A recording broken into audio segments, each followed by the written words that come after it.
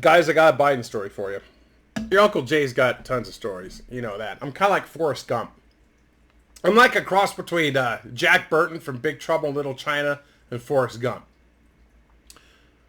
Have you ever been to that restaurant, that Forrest Gump restaurant, Bubba Gump? I got a friend of mine. He went there with his wife one time, and he said the waitress kept every time she stopped by to check on him, she would throw like some trivia at them about the movie, and she's like, "Oh, did you guys know this?" And they're like, "Oh no, never knew that." And it's always the same thing. "Oh no, we didn't know that." And when he got his bill and he's paying for it, she's like, "Do you guys need change?" He's like, "No, but I got a trivia question for you." She's like, "Really?" And he's like, "Yeah." She's like, "Oh, well, let's hear it." And he goes, "What did Forrest die of?" And she said, "What?" And she said, and he's all, "What did Forrest die of?" She said, "What did he die of?" I don't know. And he yelled really loudly. He said, "The AIDS. She gave him the AIDS. He died of AIDS." And then everybody's looking over and shit. God, I wish I was there for that. That would have been fucking funny. But getting back to my Biden story.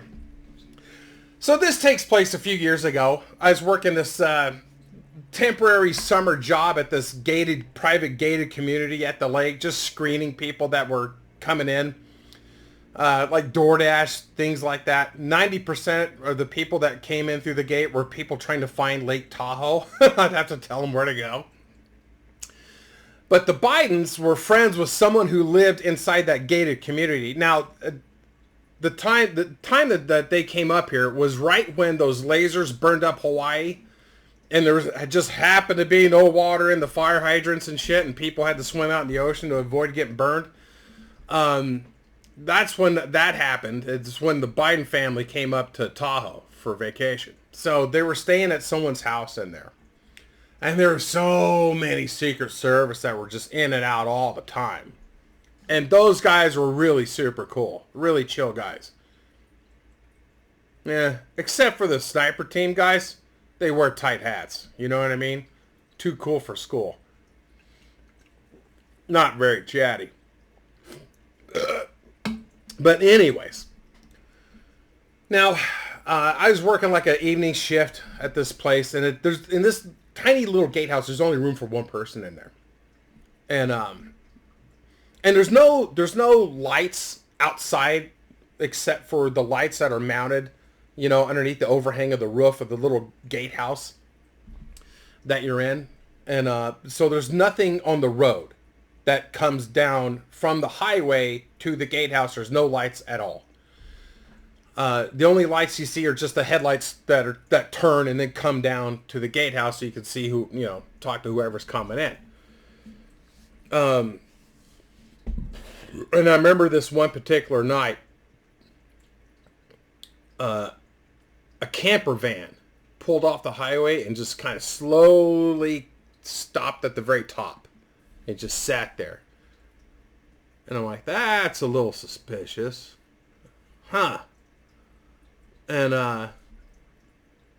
it just stayed up there. Now, don't get me wrong, a lot of cars will pull off up there because they'll stop to see where they're at and where they're going because they're just lost. But this just seemed a little hinky to me. I forget what time of night it was, but it was like the top of the hour or something. And is like a shift change or something. A bunch of Secret Service guys that were coming in from wherever. And the van took off as soon as those guys pulled up. And there's like several cars that all pulled in. And one of the guys I was talking to, got to be chatty with. He's a big rugby guy. We were talking rugby, and he's like, "You and our team kind of sucks. They need a new coach."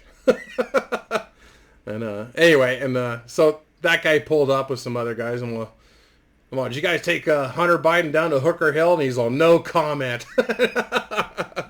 Yeah, the rumor was that they took him down to Hooker Hill, you know, down to the I don't know, one of those brothels down there. What's the name of the famous one? I forget. That's the thing about Nevada. Pot and pussy are legal out here. And anyways, so I let those guys in, and after that, it was really quiet. Nobody else came in or came by or anything, and it was about 15 minutes. You know, I'd probably say like a half hour later is I had about 15 minutes left before I was about to lock up and go home. And I'm like, well, I might as well tidy up and start wrapping things up in here. So I'm cleaning stuff up inside there, putting my trash away and everything. And again, there's no lights outside, except for just the lights that shine down from the gatehouse. Straight down. And so I'm in the back, in the little back room there, and where the monitor is for the security cameras. And I look at one of the monitors, and there's two people right at the fucking window. Right at the window, right where I was at like a minute prior. So I'm like, holy shit. I didn't see them come down. It's nighttime. I didn't see them walk down the pathway. I didn't know where they came from or anything, but there's two people sitting right there. Now, I'm thinking, fuck, I wish I had my gun with me, because if anybody's going to do anything stupid, they're going to do it to me first. You know? So I'm fucking scrambling here. I'm like, fuck, what do I do? So I grabbed the phone. I'm about to call the patrol guys in the Secret Service. So I got the phone in one hand, and I open up the window. I'm all, can I help you? And it was this young couple, like these hippie granola types. And they had a New Zealand accent. And they said, hi, we're lost. I'm like, okay. And they said, we're camping out in a van, and we're just trying to get to the lake so we could do a little skinny dipping. And we thought maybe we could come in here. And I said, is it your first time in America? And they're like, yeah, it's our first time here. And I'm like, well, do you have any idea who the fuck's in here right now? And they're like, no. I said, the president's down here. You guys need to get the fuck out of here. You scared the shit out of me. I was about to call the Secret Service on your ass. And I told them a good beach where they could go and freeze their tits off. So, anyways, that scared the fuck out of me. Why there was nobody up there with me at that time? I don't know. But I guarantee you that shit was being watched. I guarantee you it was being watched.